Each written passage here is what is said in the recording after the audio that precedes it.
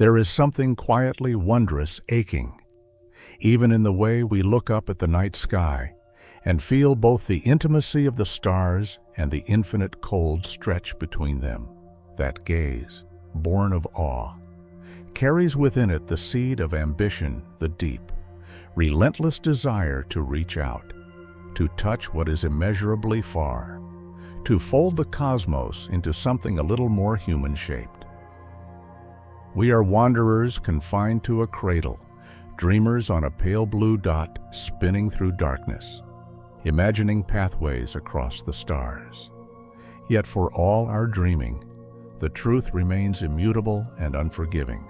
The universe is vast beyond reckoning. To journey to even our nearest galactic neighbor is to confront distances so immense they warp the meaning of time and distance itself. This is the frontier that awaits us, not just a technological challenge, but a redefinition of what it means to go anywhere at all.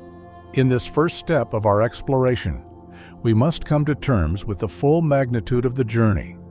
For in doing so, we begin to understand why our current engines, our methods, our assumptions must all be rewritten if we are ever to leave the quiet harbor of our Milky Way and sail the black ocean that lies beyond. To measure the universe is to enter a realm where numbers lose their emotional resonance. Light, the swiftest thing we know, takes over 8 minutes to reach us from the sun. That same light would take more than 4 years to reach Proxima Centauri, the nearest star beyond our own solar system. But the Andromeda Galaxy, the majestic swirl of starlight most visible from the northern hemisphere on a moonless autumn night, is 2.5 million light-years away. This means that the light reaching us now from Andromeda set out long before modern humans existed. That ancient shimmer, delicate and unwavering, is a message from a time before memory, from a place we can see but never touch, not with the means we have today. The distances involved in intergalactic travel defy imagination. If Earth were a grain of sand and the Sun stood a mere meter away, Andromeda would still lie over 250 kilometers down the road. Our fastest spacecraft, like Voyager 1, launched in 1977 and now coasting through interstellar space at about 17 kilometers per second, would take roughly 40,000 years just to reach that nearby star Proxima Centauri. To reach Andromeda at that speed, multiply that by over 60 million. These are not distances we traverse. They are cosmic gulfs that remind us how small, how local, our reach truly is. Our scientific curiosity, though insatiable, slams up against a wall, Einstein's wall. According to his theory of relativity, nothing with mass can ever reach or exceed the speed of light, approximately 300,000 kilometers per second.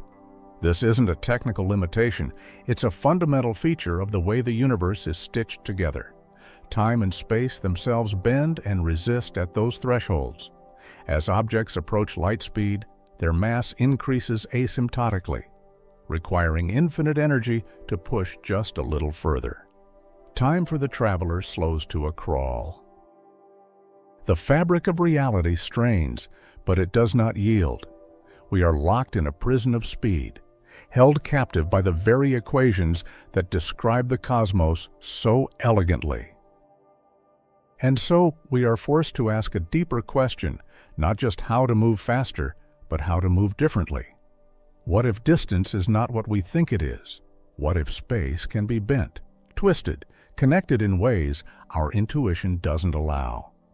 To begin contemplating intergalactic travel is to leave behind the comfort of rockets and propulsion systems, and to instead question the architecture of the universe itself. This is not science fiction, it is theoretical physics at its most adventurous. Einstein's own equations allow for the possibility that space is not a rigid stage, but a dynamic entity that can curve, ripple, and even loop back on itself. The notion of wormholes, hypothetical bridges through space-time, emerges from these same equations. These Einstein-Rosen bridges, as they were first called, offer an escape from the tyranny of distance. If 2 points in space can be connected through a higher dimensional tunnel, the traveler need not cross the space in between.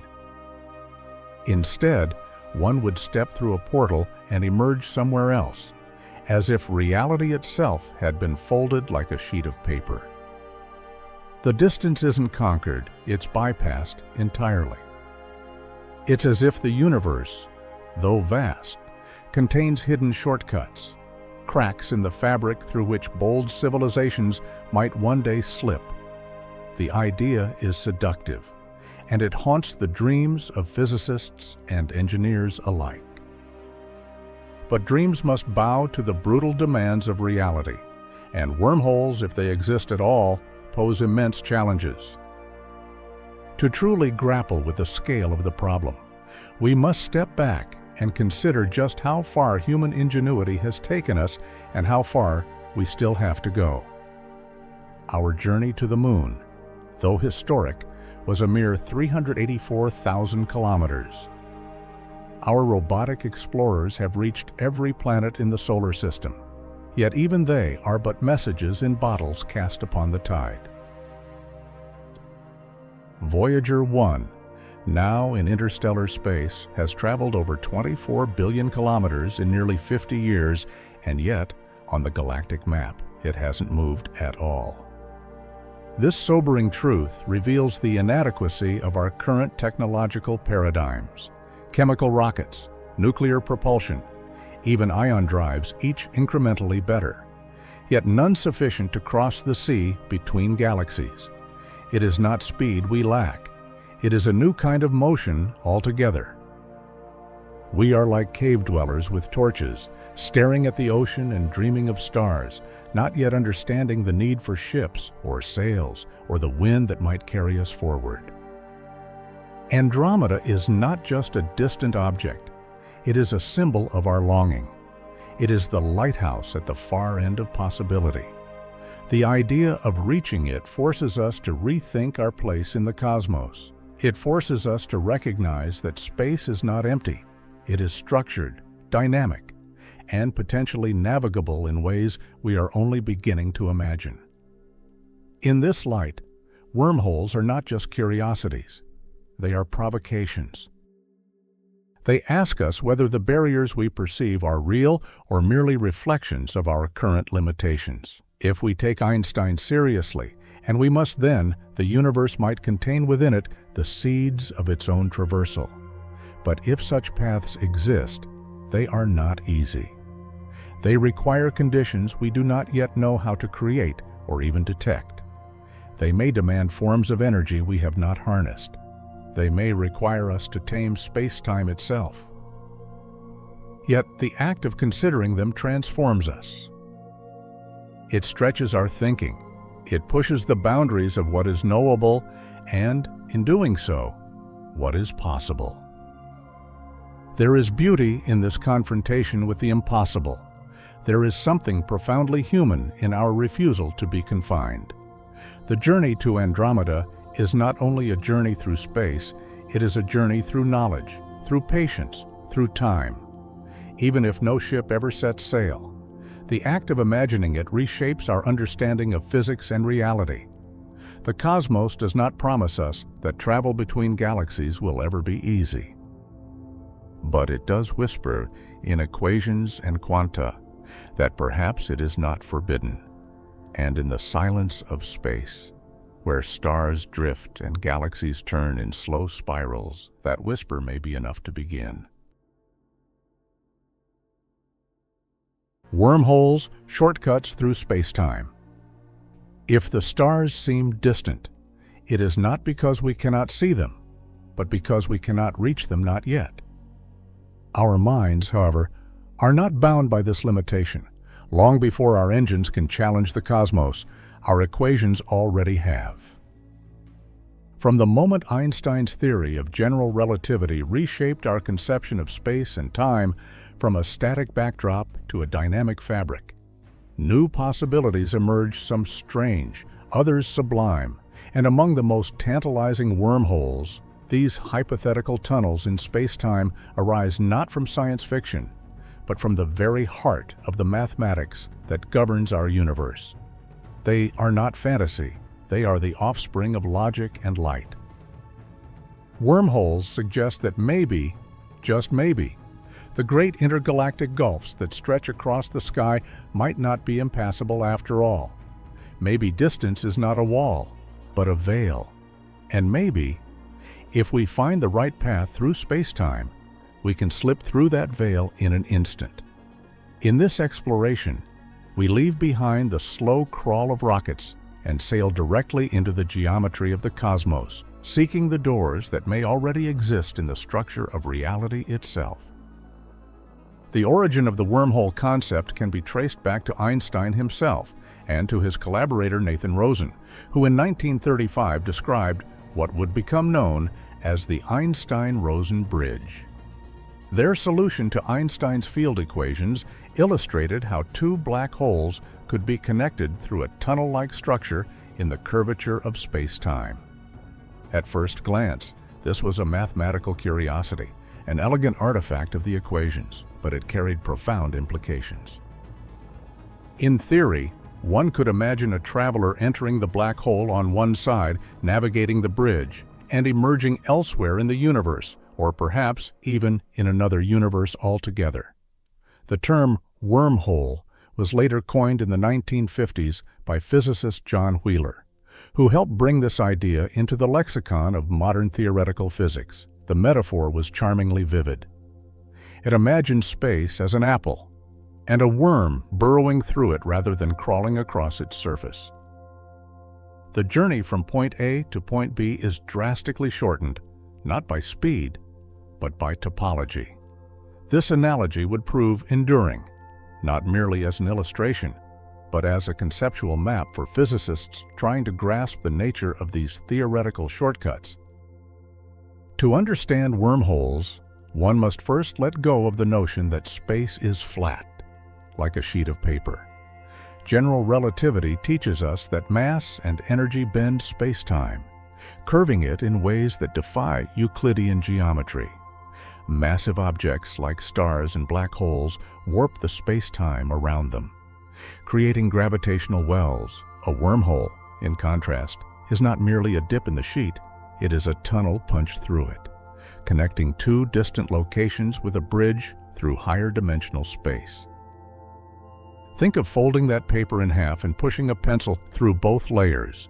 The path through the hole is far shorter than the path across the surface. In a universe where distances are measured in light years and energy flows along the fabric of time, such a structure would be revolutionary. It would render the speed of light irrelevant, not by breaking the cosmic limit, but by changing the very definition of distance itself. This is the core allure of wormholes. They promise a loophole, a graceful sidestep around the hardest constraint in the universe. But not all wormholes are created equal. The Einstein-Rosen bridge, elegant though it may be, suffers from a fatal flaw: it is non-traversable. Any attempt to pass through it would end in catastrophe. These bridges are unstable. They collapse too quickly for anything even light to pass from one end to the other. They are like shadows of possibility, tantalizing but out of reach. The tunnel pinches off before it can be crossed, a cosmic mirage. To create a traversable wormhole, one that a spaceship or message could actually use, requires something more exotic matter with negative energy density, or exotic matter. In simple terms, this means a form of energy that would resist the natural tendency of space-time to snap closed. It would act like scaffolding, propping the throat of the wormhole open and keeping it stable. Without such a substance, the wormhole is nothing more than a beautiful trap, a doorway that collapses the moment we try to walk through. This brings us to a frontier of physics where theory trembles on the edge of the unknown. Negative energy is not an entirely alien concept. In quantum field theory, phenomena like the Casimir effect demonstrate that under certain conditions, energy densities can indeed dip below zero. In this effect, two uncharged metal plates placed very close together in a vacuum experience a tiny attractive force due to quantum fluctuations, a whisper from the vacuum itself. This suggests that the vacuum is not empty, but rather a seething sea of virtual particles and fields. Within this sea, the temporary emergence of negative energy is not forbidden. It happens, but harnessing it, shaping it, and amplifying it to the scale required to stabilize a wormhole, that is an undertaking so far beyond our current capabilities that it borders on the miraculous. Exotic matter may be permitted by the laws of physics, but the laws of engineering have yet to catch up. Even if such matter could be generated or discovered, the challenges remain daunting. For a wormhole to be traversable by humans, it would need to have an opening wide enough to allow the passage of a spacecraft, and its internal geometry would need to be navigable without subjecting travelers to tidal forces so extreme they would be torn apart. Theoretical models have been proposed most notably by physicists Kip Thorne and Michael Morris in the 1980s that lay out the conditions for such wormholes.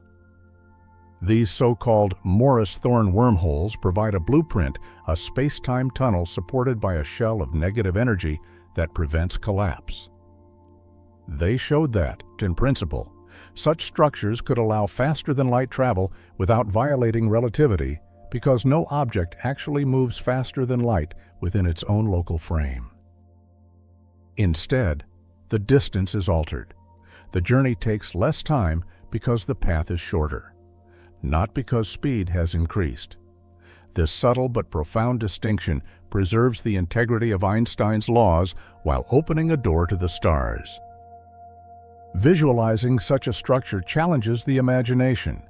It's not a tunnel in three-dimensional space, but a region of four-dimensional space-time.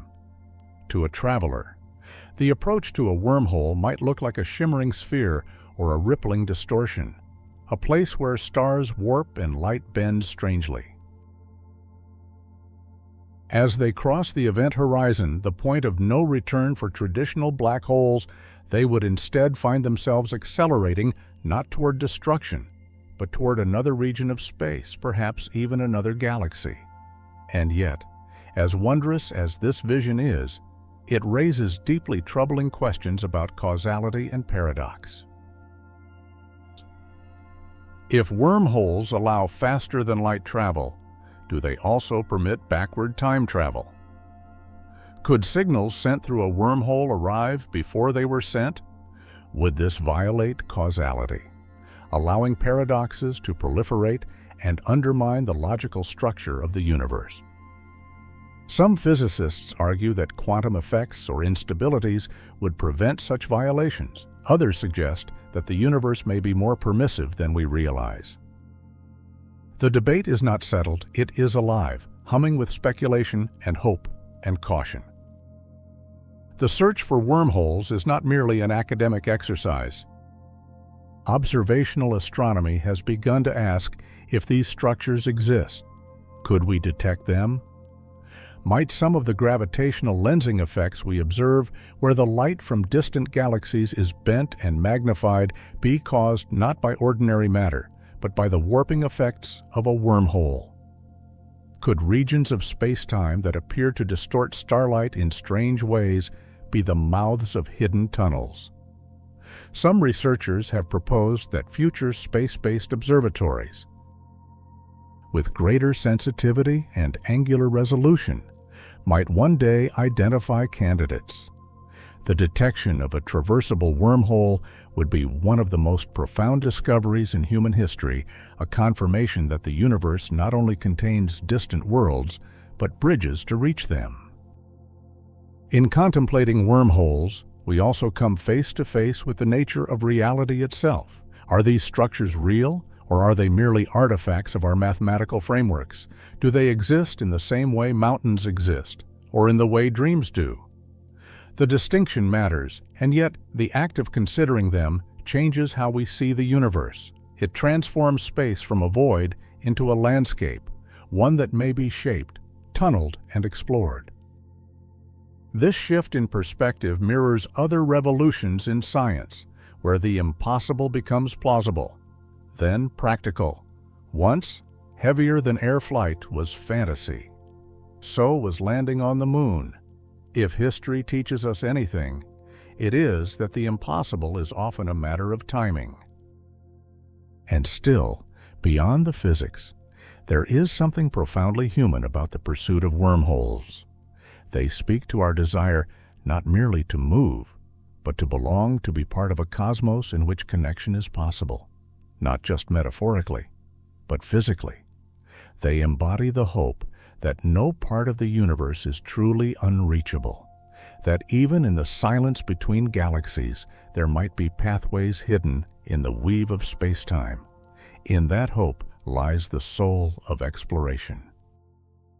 Wormholes are not just scientific curiosities. They are symbols.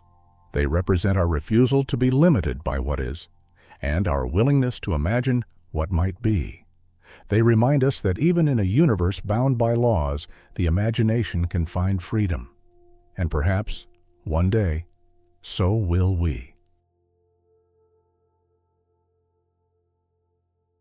Exotic matter, energy barriers, and quantum limits.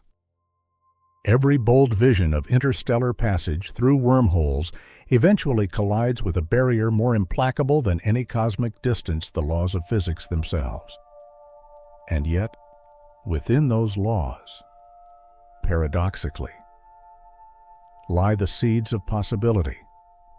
If the idea of a wormhole is not itself forbidden, if space-time truly allows for such tunnels to exist, then the question becomes not one of conceptual legitimacy, but of material feasibility.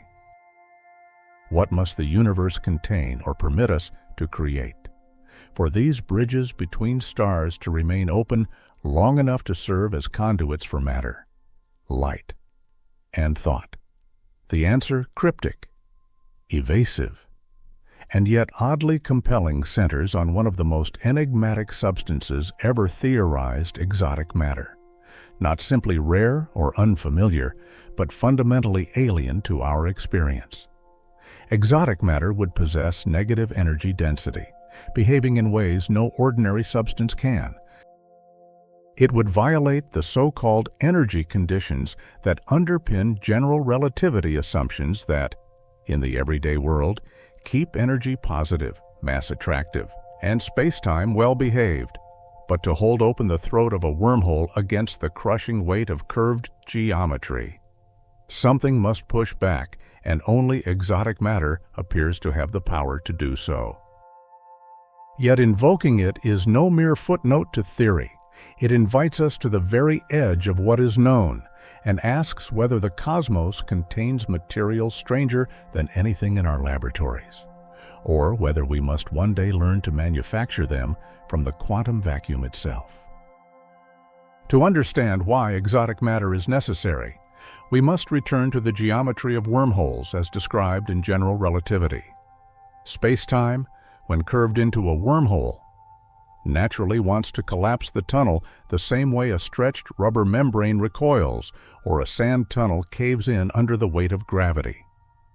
Einstein's field equations suggest that this collapse is inevitable unless something counteracts it specifically, unless some form of stress energy exists that exerts negative pressure.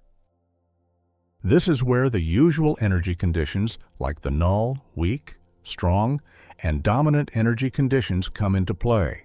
These mathematical constructs essentially state that energy density, as measured by any observer, should always be non-negative. Violating them leads to strange consequences: repulsive gravity, reversed cause and effect, and a breakdown of what we call normal physical behavior. Yet wormholes demand exactly such violations. In order to remain stable and traversable, a wormhole must have regions where the energy density is less than zero, where space-time itself is propped open by an anti-gravitational force. Exotic matter, in this context, is not a luxury. It is the linchpin of the entire theoretical framework. But does such matter exist at macroscopic scales? We have never observed anything resembling it. Our entire experience of matter and energy is bounded by positivity. Mass attracts. Energy builds, radiation flows outward. Nevertheless, hints from quantum theory suggest that negative energy, while rare and fragile, is not entirely forbidden. Enter the Casimir effect, one of the strangest consequences of quantum field theory. First predicted in 1948 and confirmed in laboratory experiments since. The Casimir effect arises when two uncharged conducting plates are placed extremely close together on the order of micrometers in a vacuum. According to quantum field theory, the vacuum is not empty, but filled with fluctuating fields that give rise to virtual particles. These particles momentarily pop into and out of existence, and their interactions give rise to a sea of energy even in what we call empty space. When the plates are introduced, they limit the wavelengths of the virtual particles that can exist between them compared to those outside. This asymmetry in vacuum energy density results in a tiny yet measurable attractive force that draws the plates together. In essence, the vacuum between the plates has less energy than the surrounding space. It behaves as if it contains negative energy. This real-world demonstration is subtle but profound. It suggests that nature, at its quantum foundations, does allow for local violations of energy conditions, at least temporarily, and at small scales. Scaling this phenomenon up to cosmic levels, however, is a challenge of monumental proportions. The energy differences in the Casimir effect are minuscule, barely sufficient to nudge lightweight plates, let alone keep open a tunnel through space-time large enough for a spacecraft.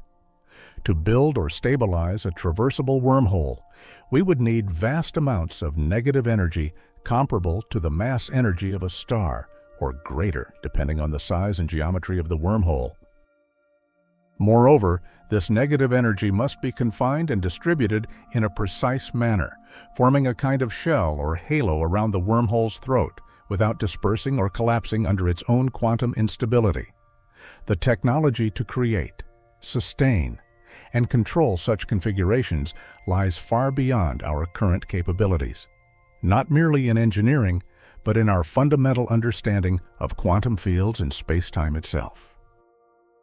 There is, however, another thread of inquiry, one that probes even deeper into the structure of the universe and may offer both hope and warning.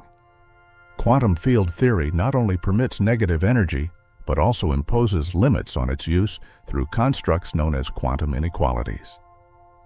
These inequalities, derived from rigorous mathematical analysis, place bounds on the magnitude and duration of negative energy that can exist in any given region. In simple terms, while quantum theory allows for dips below zero, it restricts how deep and how long these dips can last.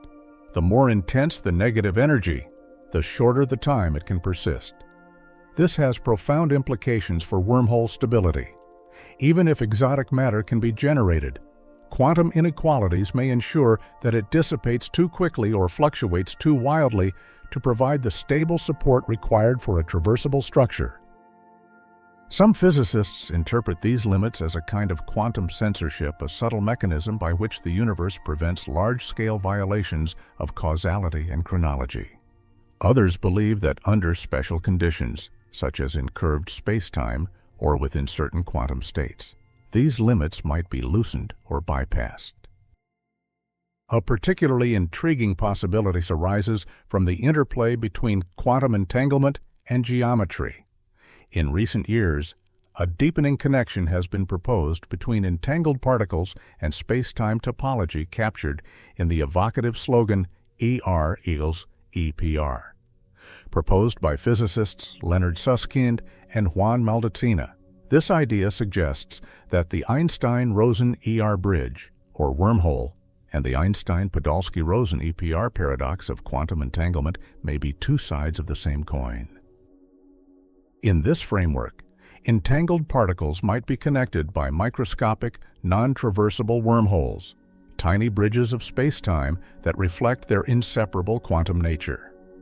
Though these structures are far too small and fleeting to be useful for transport, They hint at a profound unity between the quantum and geometric realms.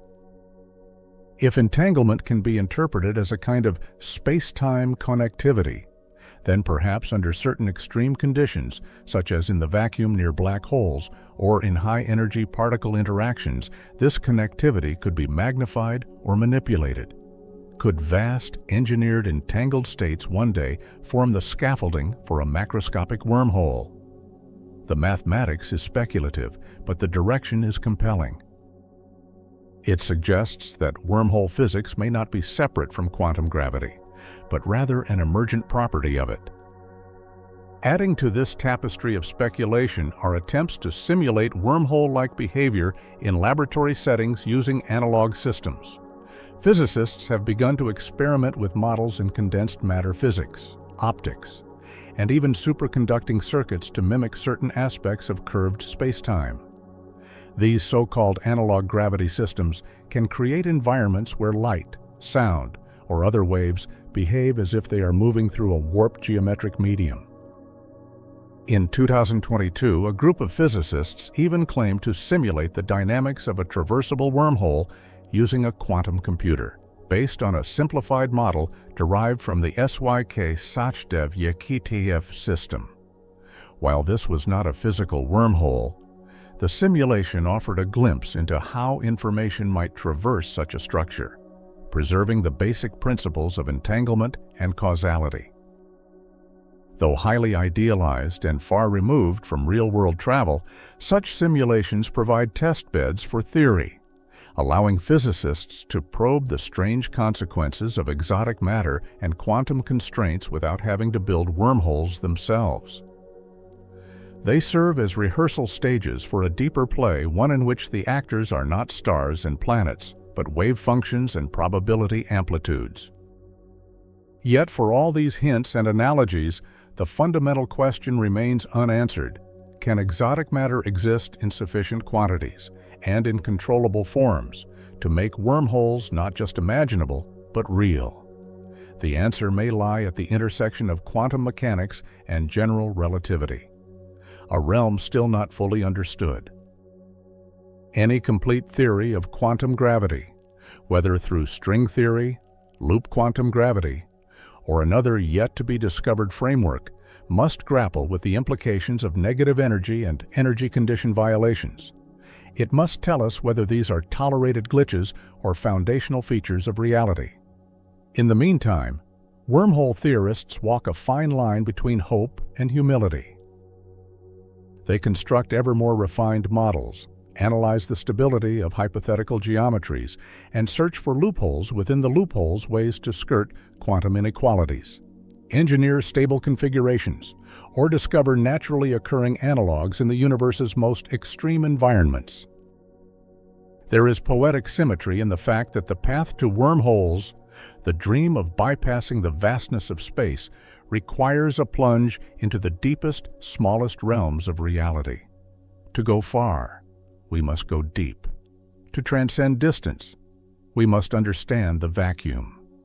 And in that vacuum, perhaps, lie the ghosts of possibility, negative energies, exotic pressures, entangled topologies, and space-time geometries unlike any we have ever encountered. The beauty of this search is that it does not merely expand our horizons outward, but inward. It reveals that even the emptiest regions of the cosmos are not voids, but theaters of quantum drama, seething with potential and paradox. Exotic matter is not just a hypothetical tool, it is a window into the most profound structures of being. Ultimately, the notion of wormhole travel is not just a challenge for engineering or theoretical physics. It is a philosophical reckoning with the very nature of connection, limitation, and aspiration. If we discover that wormholes can never be traversed, that the laws of quantum mechanics and energy prevent it utterly, then we will have learned something essential about the architecture of the cosmos.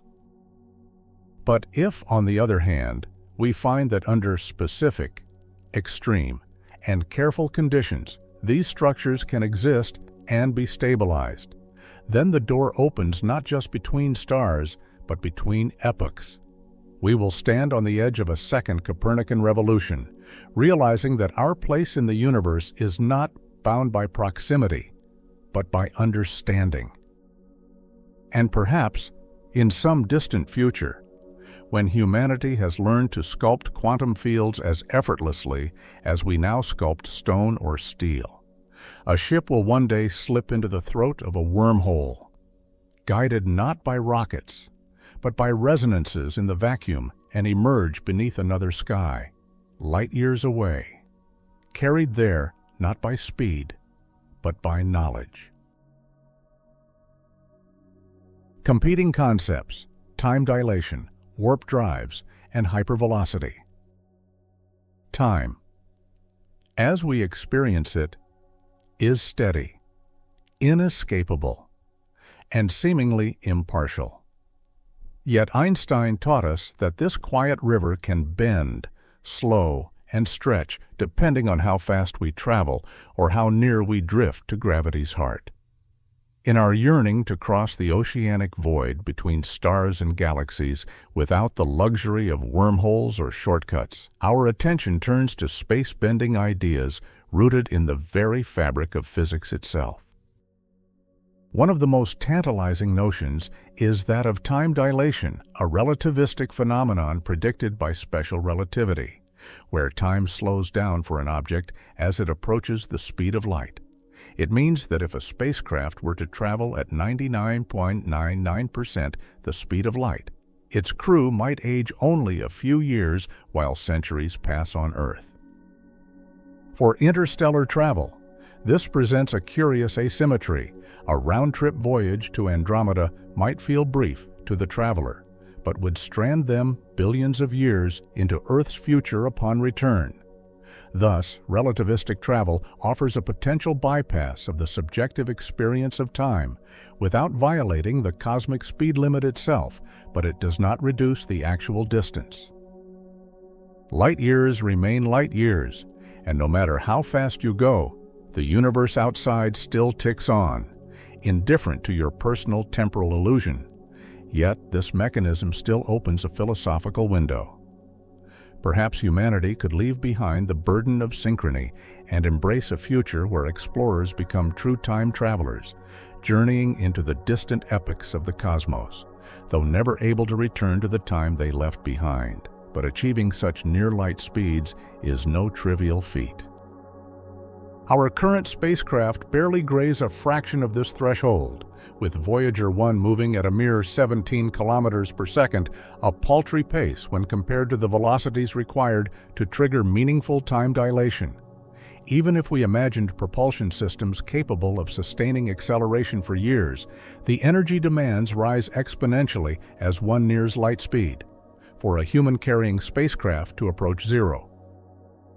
9c, the speed where relativistic effects become pronounced, the energy cost is astronomical, comparable to the entire global output sustained over centuries. That doesn't even account for shielding against interstellar dust, which at such speeds could punch through metal like cosmic bullets. So, while time dilation is real and observable, confirmed in experiments with atomic clocks aboard jets and satellites, turning it into a usable technology for intergalactic journeys remains a bridge too far for now. But the universe, as always, provides us with clues. Take hypervelocity stars. For example, these stellar runaways, hurled from galactic centers through interactions with supermassive black holes, can reach speeds exceeding 1,000 kilometers per second, fast enough to eventually escape their home galaxies. These cosmic cannonballs are natural demonstrations of gravitational slingshots, and they hint at techniques we might someday use to accelerate probes or ships. Already, we use gravity assists to nudge our robotic emissaries Voyager, Galileo, Cassini toward the outer planets by dipping into a planet's gravitational well and swinging around it. A spacecraft can rob a bit of orbital momentum and slingshot itself forward. It's akin to a cosmic billiards trick, where the cue ball gains speed from every bounce. Could we string together a chain of such assists, perhaps bouncing around stars or even black holes, to reach relativistic speeds? In theory, yes, but in practice, the alignment of such celestial bodies and the precision required would render it a monumental coordination task. Still, the idea persists in theoretical papers and simulations as an elegant and energy-efficient way to accelerate without propulsion, letting gravity itself do the heavy lifting. Moreover, these hypervelocity stars inspire dreams of galactic pinball, where future spacecraft might dive into the wells of neutron stars or white dwarfs to catch gravity's wave and ride it across the stars. But even then, we remain shackled to light speed's asymptote, never reaching it, always expending more energy for less gain as we climb the relativistic curve. Enter then the warp drive not as a sci-fi trope, but as a legitimate, if speculative, solution proposed by physicist Miguel Alcubierre in 1994. His now famous paper described a way to move a spacecraft not through space but by deforming space itself. The Alcubierre drive envisions a warp bubble that contracts spacetime in front of a ship and expands it behind, allowing the vessel to ride a wave of spacetime distortion, effectively moving faster than light from an external observer's viewpoint without violating local physics. Inside the bubble, the ship remains stationary relative to its own pocket of space-time, thereby dodging the relativistic penalties of conventional propulsion. It's a clever loophole. Space-time itself isn't bound by the speed limit that governs mass and energy, and since general relativity permits the stretching and contracting of space, the idea remains mathematically consistent. However, there's a catch several. In fact, the original Alcubierre metric requires enormous amounts of negative energy, akin to exotic matter, to form and sustain the warp bubble. Estimates suggest that the energy equivalent of several Jupiter masses would be required just to move a small craft. More conservative revisions have since reduced this figure, but the fundamental challenge remains: where do we get this negative energy, and how do we stabilize the bubble? Additionally, the warp drive poses paradoxes of its own. As the ship emerges from the bubble, causality could be violated, possibly allowing for closed time-like curves, essentially time travel to the past that invites not only technological but philosophical conundrums. And then there are the stability issues. Simulations suggest that even small perturbations might collapse the bubble or fry the contents of the ship with a burst of radiation. Furthermore, the energy conditions required for the warp drive overlap closely with those demanded by traversable wormholes, suggesting a deep symmetry between these seemingly disparate ideas. Both require exotic matter. Both manipulate spacetime on a local scale to achieve non-local results, and both raise profound questions about energy conservation, quantum gravity, and the structure of the vacuum itself. In many ways, the warp drive is the cousin of the wormhole. One folds space like paper, connecting 2 points. The other surfs space like a wave, carrying a bubble through the ocean of the void. Neither is experimentally feasible, but both are logically allowed within the scaffolding of general relativity, provided we can bend the rules with enough ingenuity. Beyond these grand visions lie other, more incremental concepts. Ramjets that harvest interstellar hydrogen, nuclear pulse propulsion systems like Project Orion that use controlled atomic explosions to push ships forward, or solar sails that ride photon pressure from massive lasers. These methods don't reach light speed, but they inch us closer to the stars, and perhaps, as stepping stones, they will enable robotic scouts to precede us, building relays, factories, or way stations along the route to distant systems. Perhaps the future won't be one of singular breakthroughs, but of compounding innovations, small victories in material science, energy storage, and navigation that, like the Polynesians crossing the Pacific, allow us to leapfrog from world to world. It may be less romantic than wormholes or warp drives, but no less noble, After all, even the most fantastical visions must be scaffolded on reality. And sometimes, evolution trumps revolution. Still, as we contemplate the means of crossing intergalactic gulfs, we are haunted by the sheer immensity of the challenge. No method, be it wormholes, time dilation, warp bubbles, or gravitational slingshots, is free of consequence, complexity, or cost. Each demands its own brand of sacrifice of energy, of certainty, of time, or of return. And yet, in these ideas, we glimpse humanity's finest quality, its refusal to accept the horizon as final. Whether we travel by folding space or stretching time, we are ultimately chasing a reflection of ourselves across the stars, a desire to belong not only to Earth, but to the vast cathedral of the cosmos. And in doing so, we confront not just the physics of space, but the metaphysics of destiny. Will we one day ride the curvature of light, slingshot around stars, or surf the quantum ripples of the void? Or will we discover that the greatest journey was not one of motion, but of understanding, of reshaping our place in a universe that was never meant to be tamed, only touched, however briefly, by the reach of our imagination? The methods may differ, but the yearning remains unchanged, pulsing like a signal through the dark, the will to go further. To stretch the moment of now across the arc of eternity, and to find, in that crossing, not an escape from limits, but a celebration of them. Einstein-Rosen bridges and wormhole geometry. Long before wormholes entered the cultural imagination as portals for cosmic adventurers and science fiction epics, they emerged from the pages of sober physics whispers born not from fantasy, but from the pure language of Einstein's equations. It was 1935, and Albert Einstein, alongside his collaborator Nathan Rosen, was exploring the puzzling behavior of singularities and their implications in general relativity. Together, they proposed a mathematical model now known as the Einstein-Rosen bridge, a theoretical structure connecting two separate regions of space-time. At its heart was an effort to bypass the troublesome singularity at the core of the Schwarzschild black hole. By carefully gluing two solutions of the Schwarzschild metric back-to-back at their event horizons, they envisioned a tunnel, a bridge between distant points in the universe. But this solution, elegant as it was, harbored a fatal flaw: the throat of the bridge, the narrow passage that would connect one side to another, pinched off instantly.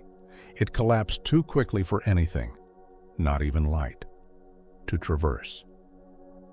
The Einstein-Rosen bridge was a fleeting illusion of connectivity, a non-traversable tunnel with no passageway for real matter. Yet the seed had been planted. Decades later, the idea would be reborn and reshaped in the minds of physicists who dared to imagine what it would take to hold such a tunnel open. In 1988, physicists Kip Thorne and Michael Morris approached the wormhole concept with an audacity matched only by their mathematical rigor. Where Einstein and Rosen had seen an ephemeral bridge, Morris and Thorne sought a traversable wormhole, one that a spacecraft or human traveler could pass through without being crushed by gravitational collapse. They constructed a theoretical metric that met this condition, but it came with an extraordinary requirement: the existence of exotic matter, a substance with negative energy density that violated known energy conditions. This strange form of matter would be needed to resist the immense inward pull of gravity and prop open the wormhole's throat. Unlike normal matter, which contributes positively to space-time curvature and thus reinforces gravitational collapse, exotic matter could curve space-time in the opposite direction, pushing outward where gravity pulls inward. It was not enough to merely imagine a tunnel. One had to devise the scaffolding that would keep it stable against the universe's relentless desire for equilibrium. In Morris and Thorne's traversable wormhole, geometry was not just a backdrop to physics, it was an active participant, a malleable conduit that could stretch and fold, provided nature could furnish the requisite materials.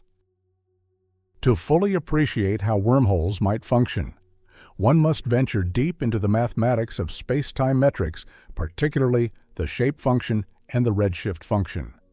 Two central features that determine a wormhole's structure. The shape function, often denoted as BR8psi, dictates the spatial profile of the wormhole, defining how its geometry bends and curves as one moves along the radial coordinate.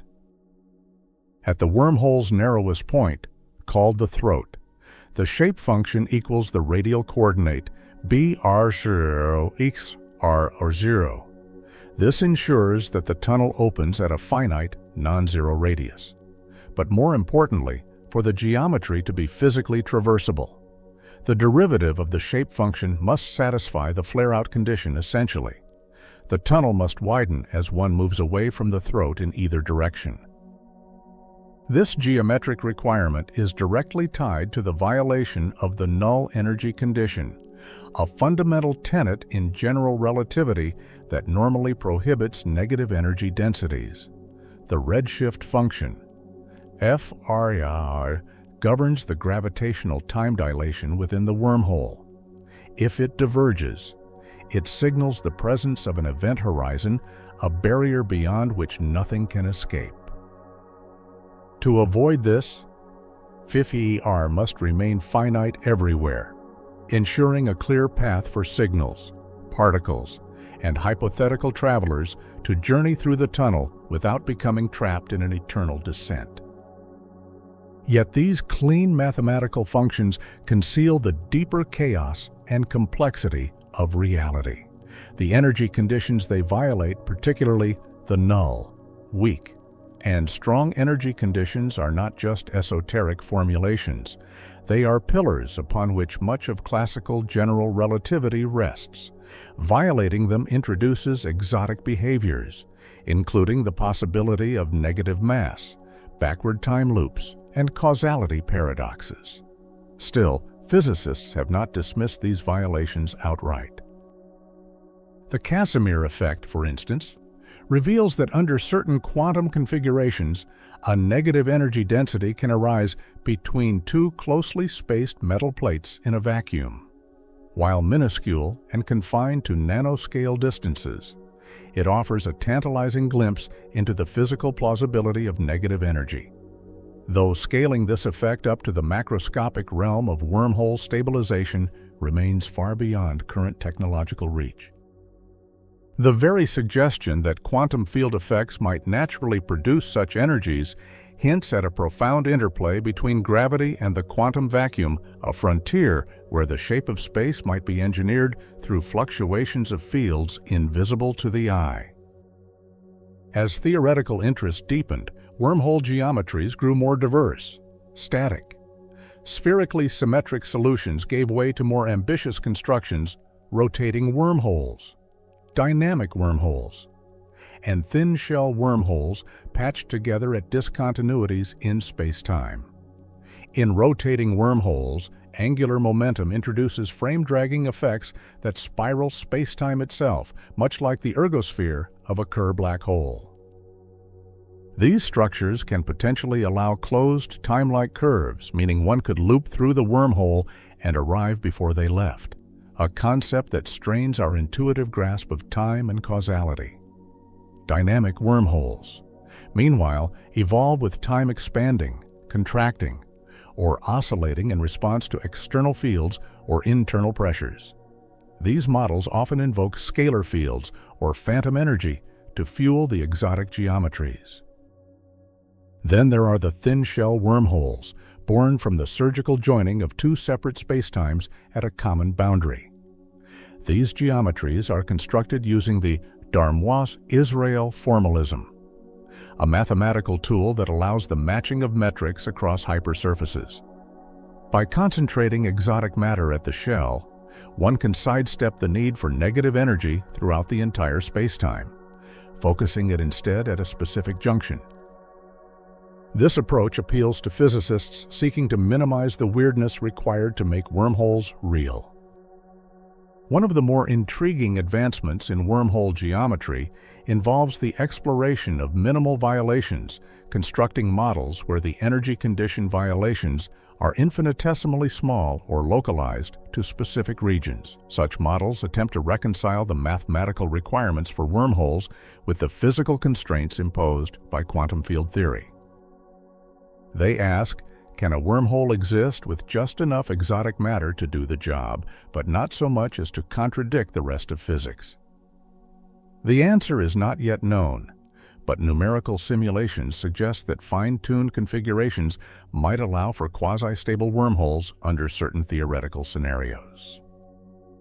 These constructions push the boundaries of semi-classical gravity, where Einstein's equations are modified by quantum stress energy contributions, and hint at the possibility that wormholes could be self-consistent solutions of a yet-to-be-discovered theory of quantum gravity.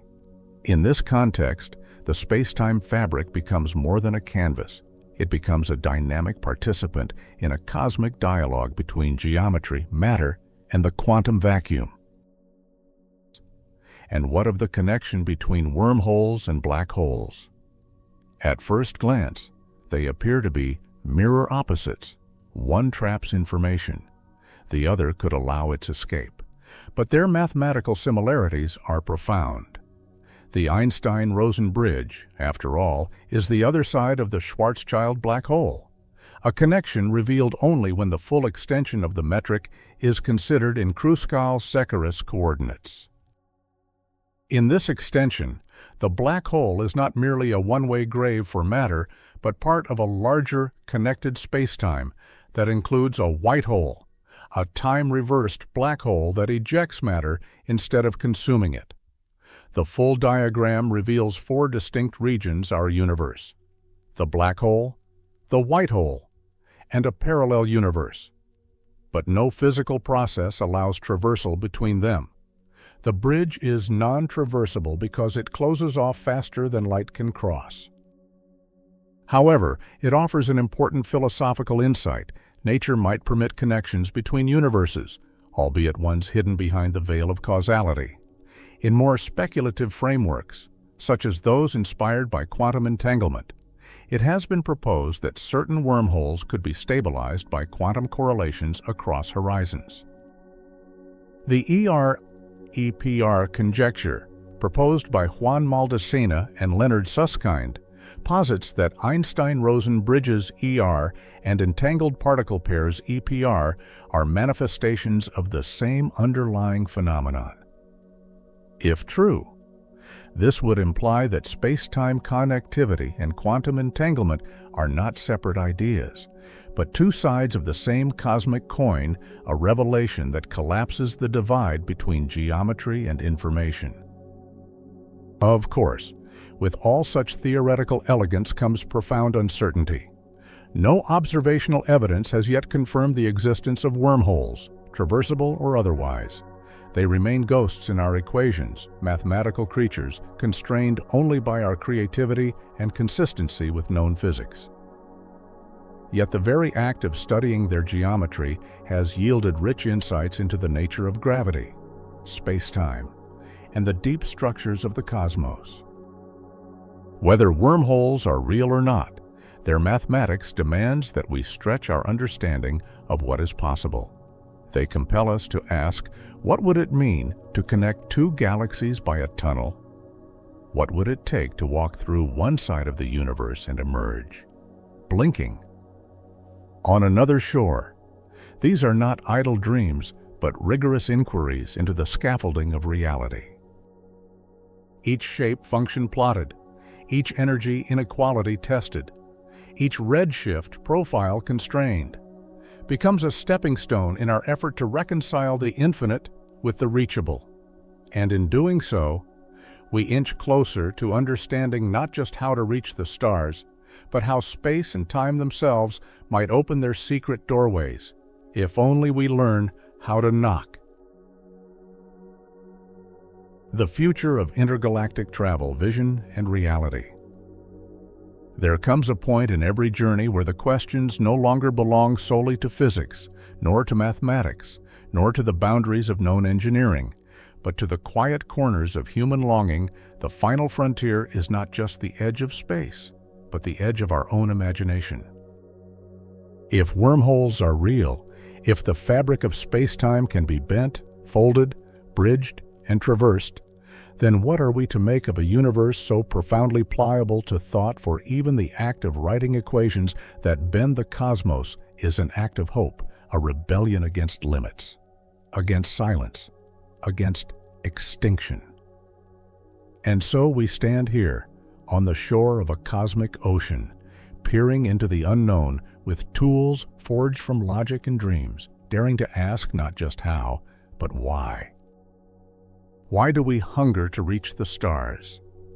Why does the thought of a tunnel through space stir something ancient and infinite in us? Is it survival? Is it wonder?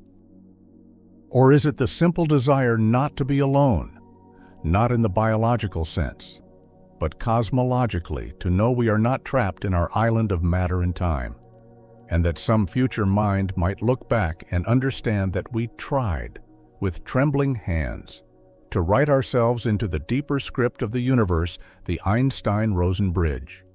Born from a quest to unify particles and fields, has become a metaphor for transcendence itself, not only across galaxies, but across what we believe is possible. And that metaphor is evolving. As our telescopes peer farther and our equations dig deeper into the quantum foam, we begin to suspect that the universe is not static, but computational. That reality may be emergent. That entanglement is geometry. That information and gravity are dual faces of a deeper structure still unnamed. Wormholes, then, are no longer mere curiosities. They are nodes in a lattice of philosophical, scientific, and spiritual reckoning. If negative energy can be harnessed, if quantum fields can be sculpted, if space-time itself is programmable, then humanity must confront not just the technical question of can we, but the existential mirror of should we. What does it mean to sculpt a hole through the fabric of reality? Would such an act be a form of cosmic vandalism or a communion with the deeper symmetries of the multiverse? Might it alert intelligences far older and more patient than us? Or would it, perhaps, be like discovering fire again, in a darker and colder domain, reigniting the dream that intelligence is not a glitch in entropy, but an emergent phase of the universe awakening to itself? If so, then wormholes might be not just tunnels, but messages from the future to the past. From distant galaxies to the beating hearts of those who still dare to imagine the impossible.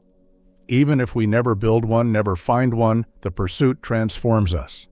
It elevates our thinking, unites physics and metaphysics, collapses the distance between poetry and cosmology. Wormholes teach us that reality may be more than what is visible, more than what is measurable. It may be navigable. And in that revelation lies both hope and humility.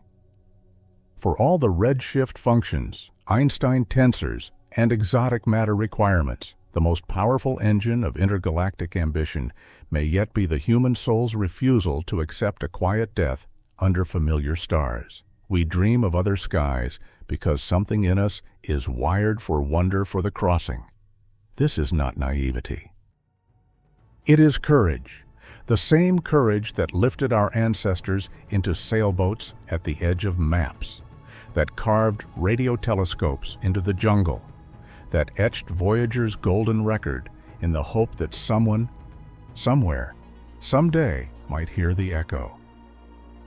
In that same spirit, perhaps one day we will stand before the throat of a stable wormhole, not just to escape the confines of Earth, but to find new meanings, new beginnings. And perhaps we will leave messages behind us too, not instructions, but invitations, to love the cosmos as it is, to shape it only with reverence, to walk lightly, even when traveling faster than light. Until then, We will continue tracing the curvature of space in our minds, coding gravity into simulation, dreaming of bridges where none yet exist. Because sometimes, to be human is not merely to live, but to reach, to hope, and to carve a path through the silence. And in that quiet pursuit, across millions of light years, across equations and paradoxes, we may find not only the stars, but ourselves.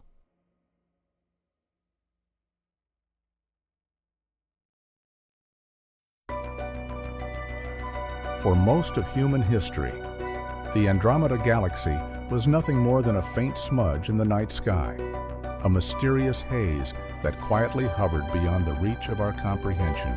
Ancient stargazers looked upon it with wonder, unsure whether it was a trick of the eye or a whisper of something profound.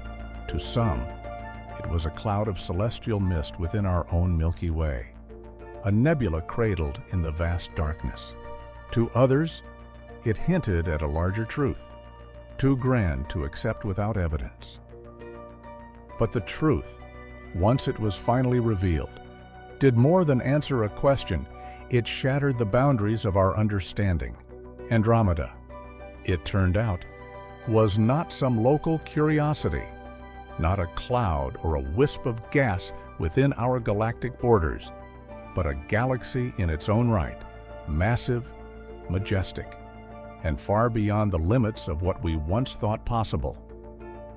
And as our instruments sharpened and our minds opened, we began to realize something even more astonishing. Andromeda is not only our neighbor in the cosmos, it is also our future, locked in a silent gravitational ballet with the Milky Way. It is destined to collide and merge with our own galaxy, forming something entirely new. What was once a faint blur has become a mirror, reflecting both our past ignorance and our future destiny, and beckoning us to understand not only what it is, but what it means. In the early years of the 20th century, astronomers found themselves grappling with a question that would redefine the scale of the universe. Was the Andromeda Nebula merely a small cloud of gas within our own Milky Way? Or was it a separate galaxy altogether, a vast island universe floating unimaginably far from us? At the time, the consensus was that the Milky Way was the entirety of the cosmos, a self-contained system housing every known star and nebula. Faint glowing patches in the night sky were cataloged as nebulae, assumed to be regions of interstellar gas, perhaps forming new stars within the galactic structure. Andromeda was among these cataloged smudges, notable for its spiral shape, but still considered part of the Milky Way's intricate design. Yet, a few bold thinkers proposed a radical alternative, that Andromeda and other spiral nebulae were not internal features, but entire galaxies in their own right, each composed of billions of stars. The implications were staggering. If true, the universe would be far larger than anyone had imagined, and our place within it far less central. The debate intensified, culminating in what is now known as the Great Debate of 1920, held at the Smithsonian Institution. Harlow Shapley, who believed the Milky Way was vast enough to encompass all, argued against the idea of other galaxies, citing measurements that placed our galaxy's diameter at 3,000 light-years. Opposing him was Heber Curtis, who pointed to dim novae in Andromeda and the structured appearance of spiral nebulae as evidence of great distance and independent galactic systems. Though both men presented compelling cases, no definitive winner emerged from the debate. It would take the keen eye and precise measurements of Edwin Hubble to finally settle the matter. In 1924, Hubble, using the 100-inch Hooker telescope at Mount Wilson Observatory, identified Cepheid variable stars within the Andromeda Nebula. These stars, whose luminosity could be determined by their pulsation rate thanks to the earlier work of Henrietta Swan Leavitt, allowed Hubble to calculate the nebula's true distance. The result was astonishing. Andromeda lay more than 2 million light-years away. It could not possibly be a part of the Milky Way. It was a galaxy in its own right. This revelation did more than confirm the island universe theory. It redefined the universe itself. What had seemed an isolated cosmos was now one of countless such realms. And the night sky, once a static canopy of stars, was revealed as a sprawling tapestry of galaxies stretching across incomprehensible distances. With this breakthrough, astronomy entered a new era. The universe was no longer a single galaxy. It was a boundless expanse filled with myriad galaxies, each harboring its own secrets, its own stars, and perhaps its own life. The Andromeda Galaxy, once a source of confusion and controversy, became the symbol of cosmic perspective, a reminder that our knowledge is always partial, and that the universe is always more vast than we think. Yet, even after Hubble's groundbreaking discovery, questions remained. The scientific mind, always curious and rarely content, found itself struggling with new mysteries. If galaxies were so far away, how could they appear so bright? The luminosity required to make Andromeda visible across millions of light-years was immense, suggesting that galaxies housed far more energy than previously understood. At the time, theories about how stars produced energy were still evolving. Gravitational contraction had been the leading idea, but it couldn't explain the longevity and brilliance of stars. Nuclear fusion, the process of hydrogen atoms fusing into helium under immense pressure and releasing vast amounts of energy, was not yet fully established as the engine behind stellar life. Until that theory solidified, the true power source of galaxies like Andromeda remained a mystery. Meanwhile, the observed distribution of galaxies introduced new puzzles. They were not randomly scattered, but often grouped into clusters and filaments, leaving vast voids between them. What force was shaping this cosmic web? Gravity seemed the likely culprit. But detailed studies of galactic motion were still decades away. And then there was the enigma of Andromeda's motion itself. Unlike most galaxies, which appeared to be receding due to cosmic expansion, Andromeda was approaching the Milky Way. This peculiar movement defied the prevailing expectations of Hubble's law, which correlated redshift with distance. The explanation came from the recognition that cosmic expansion operates on large scales. But local galaxies are still subject to mutual gravitational attraction. Andromeda and the Milky Way are close enough that gravity outweighs expansion, pulling them together on a collision course that will culminate in a merger billions of years from now.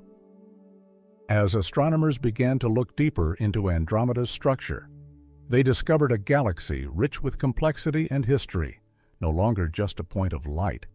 It became a vibrant system teeming with stars of all ages, clouds of gas, and elusive halos of dark matter. Its core glowed with the warm light of ancient red stars, while its spiral arms shimmered with the blue radiance of newborn suns. In some regions, massive clouds of hydrogen condensed under gravity, triggering waves of star formation. In others, the remnants of galactic collisions painted the sky with streams of stars and disrupted gas. These features told a story of growth through accretion, of small galaxies being drawn into Andromeda's gravitational embrace. Their identities gradually lost as they merged into a larger whole.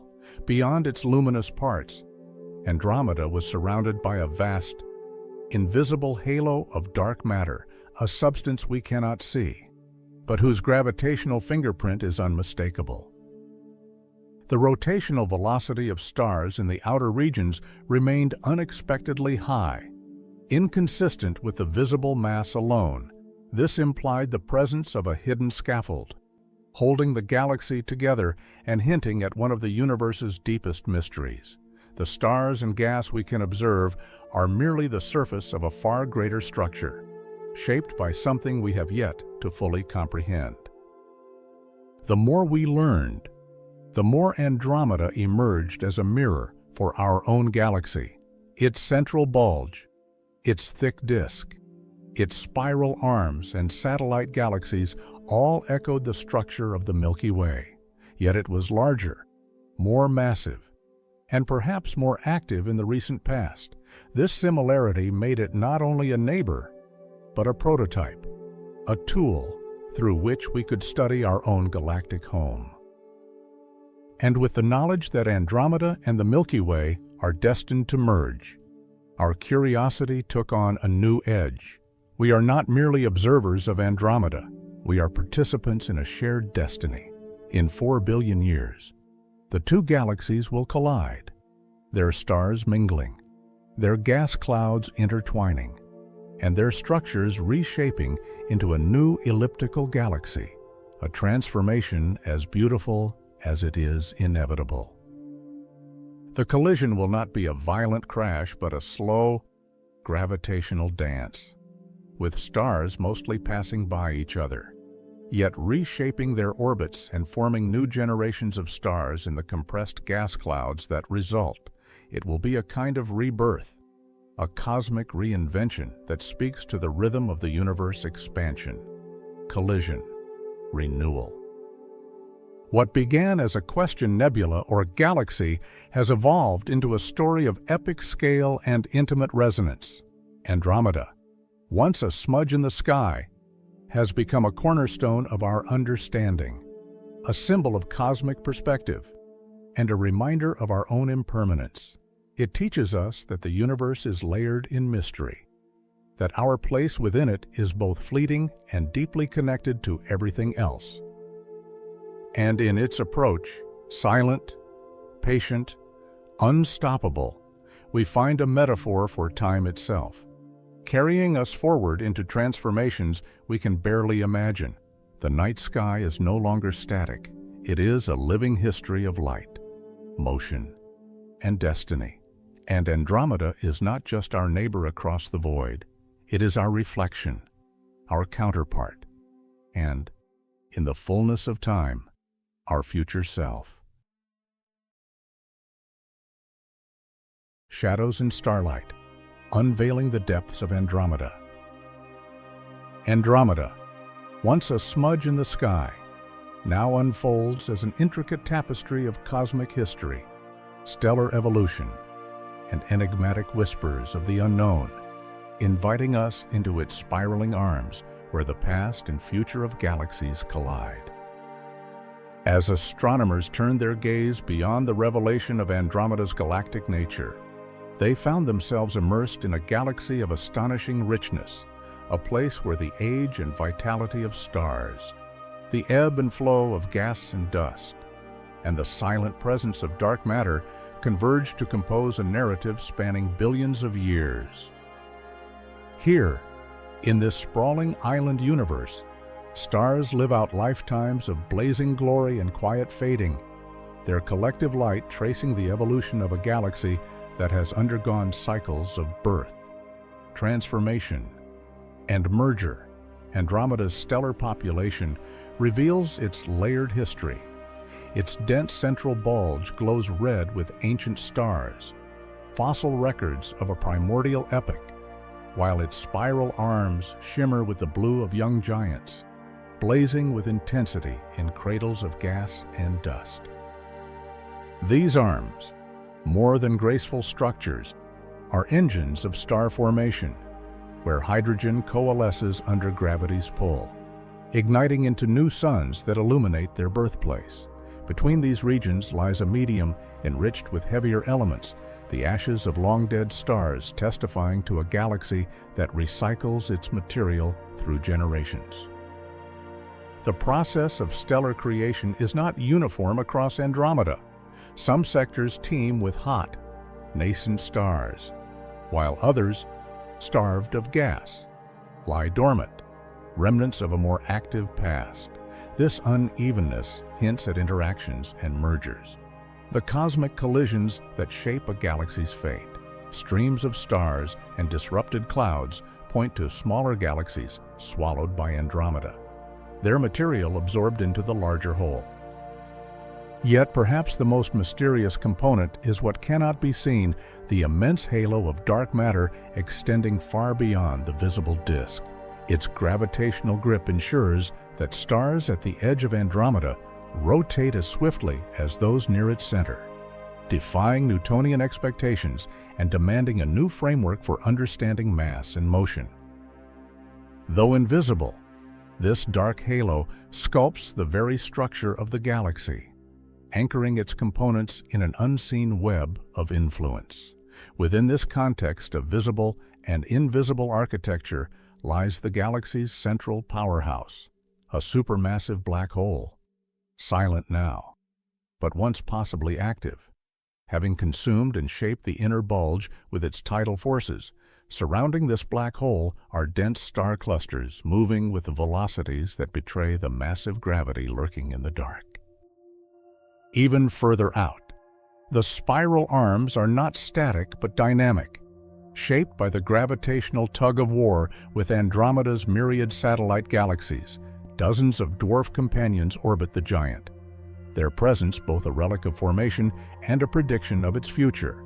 Some of these satellites, like M32 and M110, have been partially consumed, their stars integrated into Andromeda's halo. Others exist on paths of slow decay, destined for eventual assimilation. Observations of these interactions reveal long arcs and stellar streams, remnants of cannibalized galaxies stretched across the sky, each a testimony to Andromeda's growth by merger, a process both violent and creative. Meanwhile, globular clusters, dense knots of ancient stars, orbit like time capsules, preserving the conditions of an earlier universe within their bounds. Andromeda harbors far more of these clusters than the Milky Way, suggesting a more tumultuous past, or perhaps simply greater mass.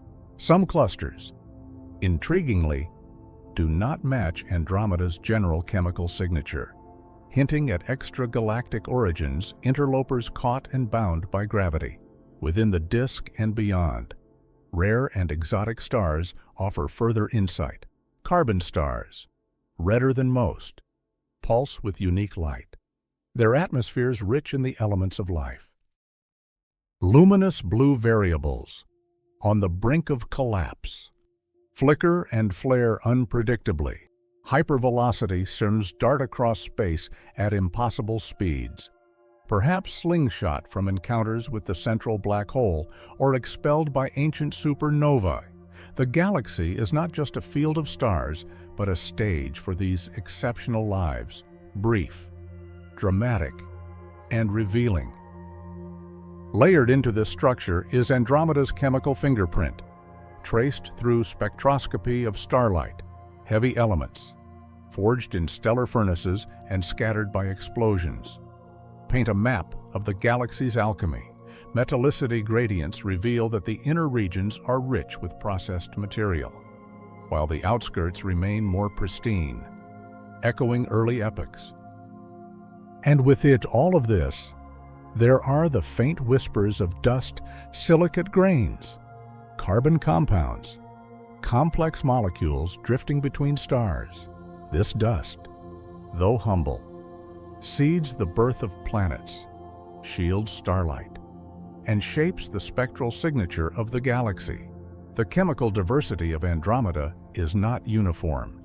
It carries the scars and gifts of its long history, from internal evolution to the merger of alien systems. Every measurement, every spectral line, adds a new layer to our understanding. And yet the full picture remains just out of reach. Andromeda's story is told not only by light, but by motion. Doppler shifts reveal how gas and stars rotate, how they fall toward the center or migrate outward. These motions defy simplicity, shaped by bars and warps, spiral waves, and gravitational tides. Mapping these flows provides a kinematic portrait, a choreography of billions of bodies dancing to gravity's tune. Even the interstellar medium, the thin gas between stars, moves with purpose, funneled by density waves or shocked by past collisions. In the halo, stars drift in patterns that remember ancient mergers, their orbits tilted or elongated. It is in these details that the galaxy's history is written. A fossil record not of bones but of motion, the combination of structure, motion, composition, and context creates a portrait of Andromeda that is far more than a galaxy.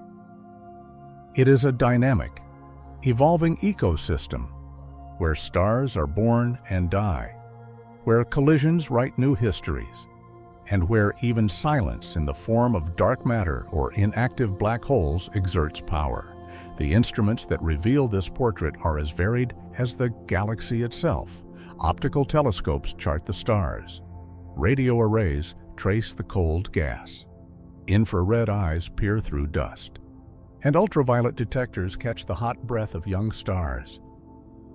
Future missions, with even greater resolution, promise to peel back more layers, perhaps even resolving individual stars across the galaxy's face, mapping their ages, movements, and compositions in exquisite detail.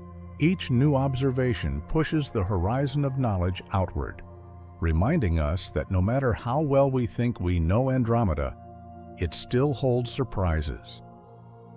It is a galaxy that resists finality, that shifts with every new piece of data, that challenges our assumptions about what galaxies are and how they live. And in this resistance, in this refusal to be fully known, Andromeda reflects the very essence of the cosmos, vast, mysterious, and always one step beyond our grasp. As we study this galactic neighbor, we also study ourselves, for in its structure we see echoes of the Milky Way, and in its future we glimpse our own, when the two galaxies will merge in a cosmic embrace, erasing their identities and forging something new. Andromeda, then, is not just a destination of light and dust, but a mirror held up to the universe, and to us a reminder that even in the cold silence of space, there is a story unfolding with every passing star.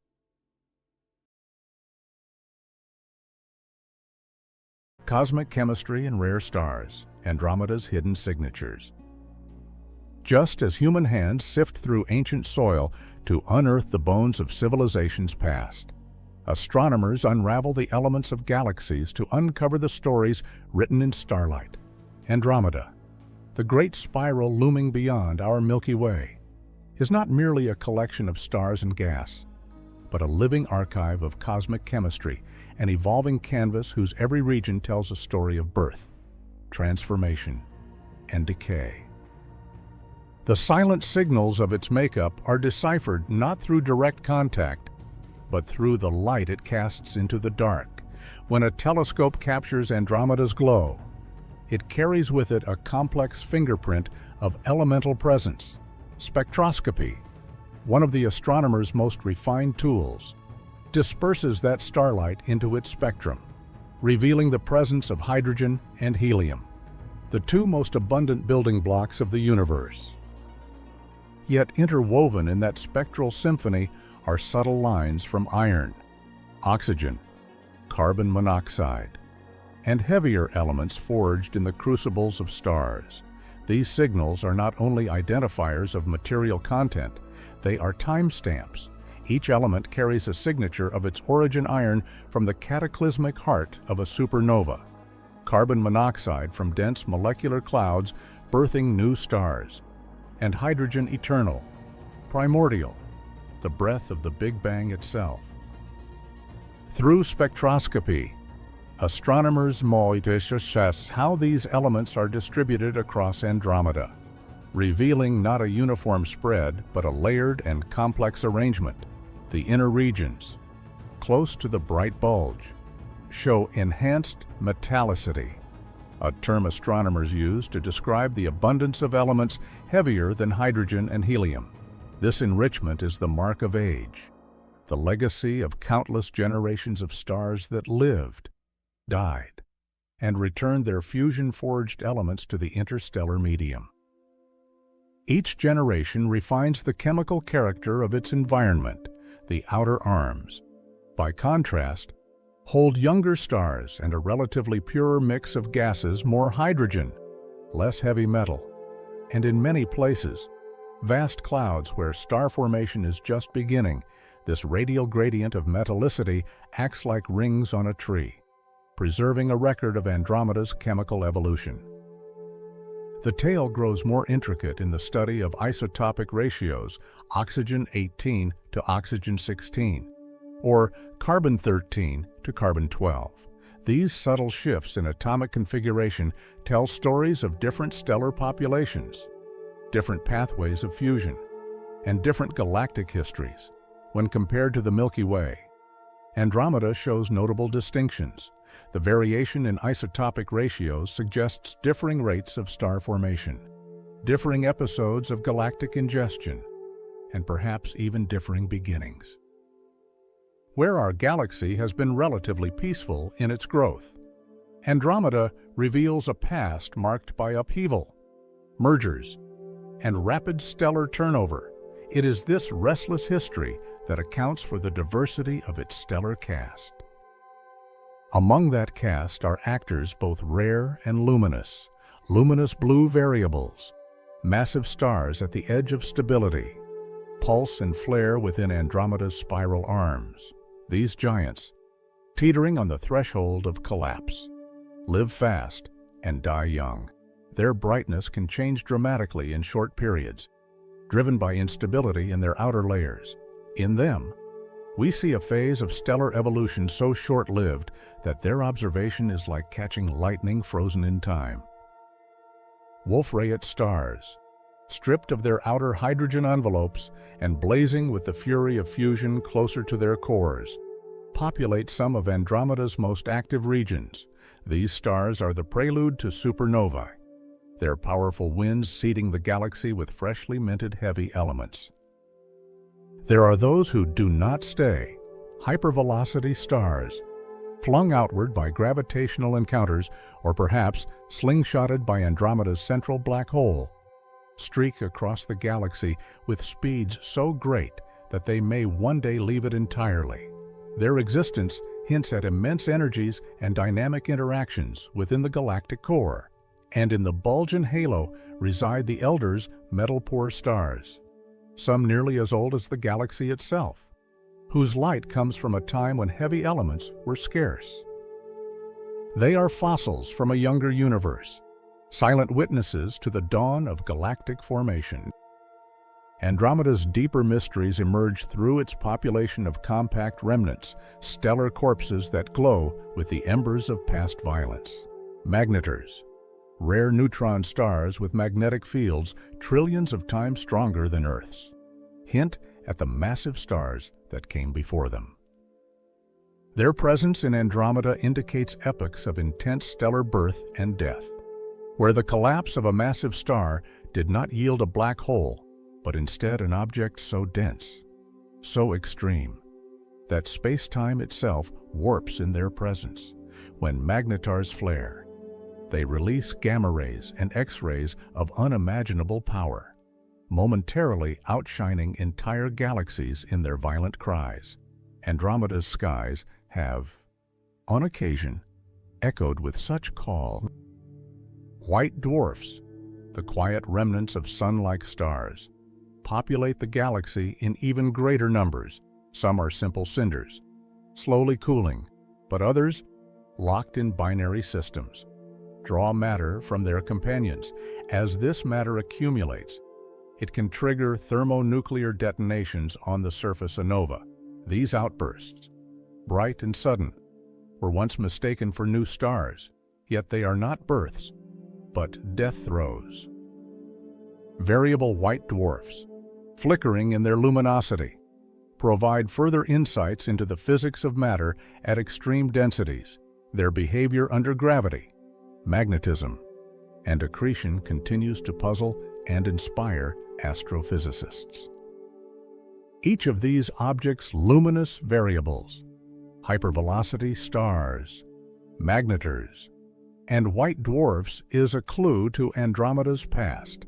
They tell of regions where gas condensed rapidly, where mergers compressed molecular clouds into stars, and where the deaths of those stars reshaped the galaxy around them. The chemical and stellar diversity of Andromeda is not a random tapestry, but a memory etched in light, motion, and composition. It is a chronicle of cycles, hydrogen becoming stars, stars creating metals, metals enriching clouds, clouds birthing new stars, and the process repeating in waves of creation and collapse. To study Andromeda is to read a cosmic biography where every chapter is written in atoms and light, from its metal-rich core to its youthful spiral arms, from its brightest variables to its dimmest dwarfs. The galaxy carries within it the memory of everything that has come before, and as it hurtles slowly toward the Milky Way in their destined embrace, its chemical identity, shaped over billions of years, will one day mix with our own, blending histories and elements into a shared cosmic future. The stars of Andromeda may seem far, but in their light we see the universality of matter, the constancy of fusion, and the unbroken line of transformation that links all galaxies in the grand unfolding of the cosmos. Clusters and companions, the galactic ecosystem. From the crowded lanes of Andromeda's starry heart to its distant, whispering halo, black holes move like invisible monarchs, cloaked in silence yet ruling with undeniable force.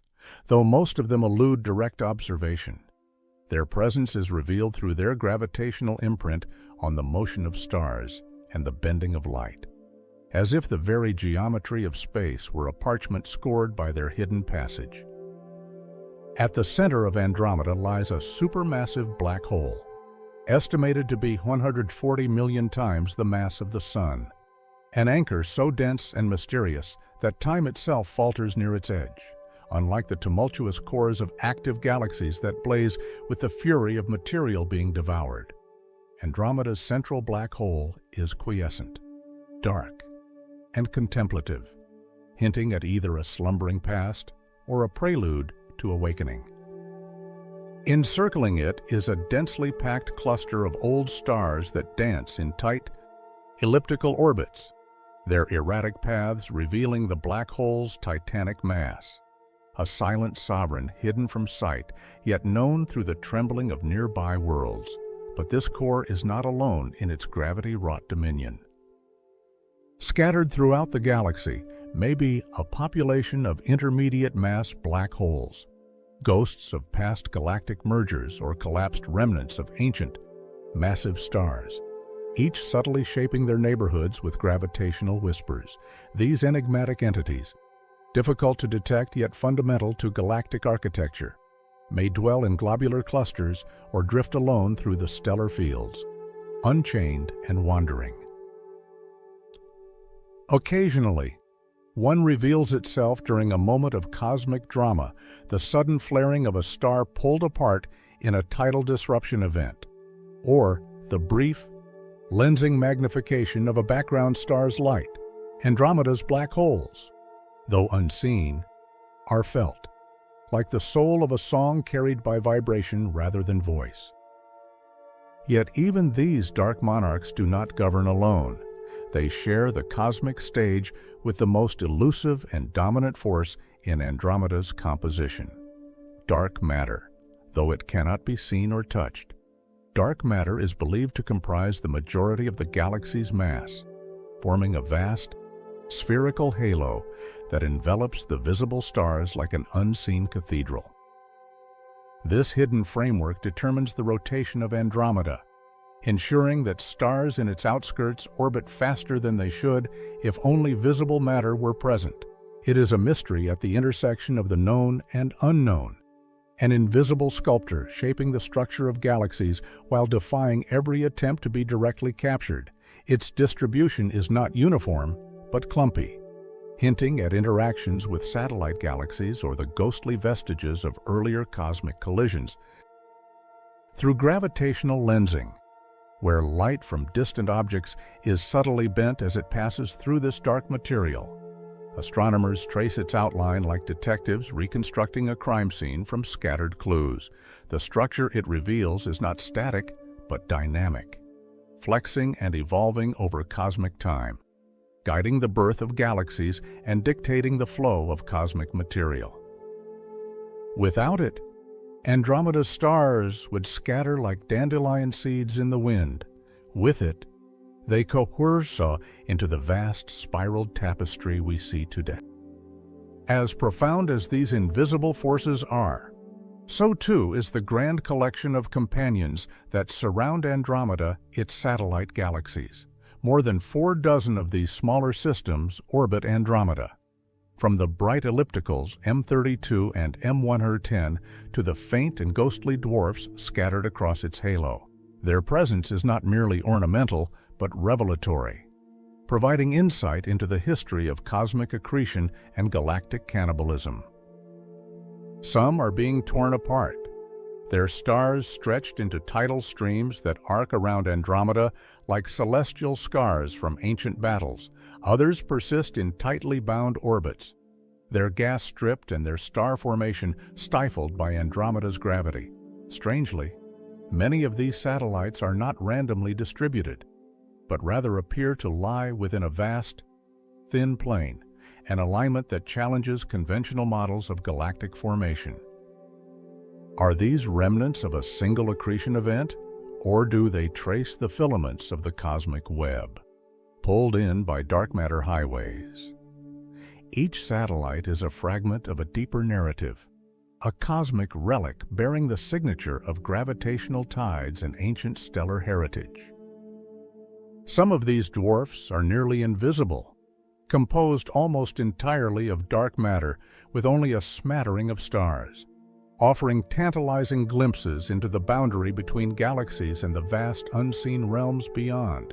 Others, though brighter, are slowly dissolving, their stars and gas merging with Andromeda's halo in a process that continues to build the galaxy's mass.